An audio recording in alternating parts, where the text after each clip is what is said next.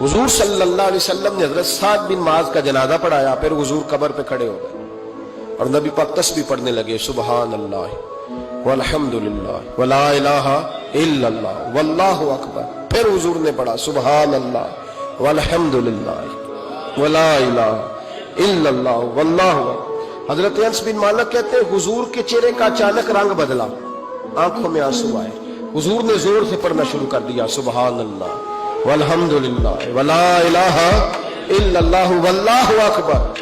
کہتے ہیں حضور نے زور سے پڑھا، آہستہ آہستہ محبوب کے چہرے پہ خوشی آنے لگ گئی۔ جب حضور فارغ ہو گئے، دعا مانگی، نکلنے لگے تو عرض کی یا رسول اللہ یہ کیا تھا؟